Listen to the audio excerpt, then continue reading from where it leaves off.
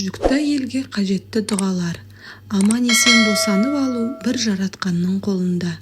Әрбір болашақ ана осы дұғаларды тілеп жүру керек. Жоғалтып алмас үшін өзіңізге сақтап жазып алыңыз. Жақсы ұрпақ сұрайтын дұға. Жаратушы ием, маған жақсы ұрпақ сыйлай көр. Дұғаны қабыл етуші өзің ғана. Тақуа ұрпақ сұрайтын дұға. Жаратушы ием, маған тақуалардың қатарынан болар ұрпақты нәсіп ет. Бой ұсынатын ұрпақ сұрау дұғасы.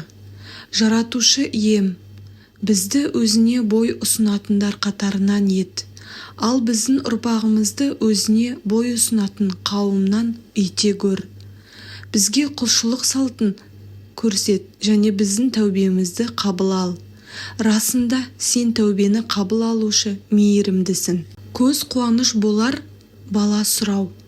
Жаратушы ием, жұбайларымыз бен ұрпағымызды көз қуанышымыз ете көр және бізді тақуалардың қатарынан ет. Алла құрсақтағыны біледі. Алла әр әйелдің не көтеріп жүргенін, әр құрсақтың қаншалықты тарылып немесе кеңейетінін біледі.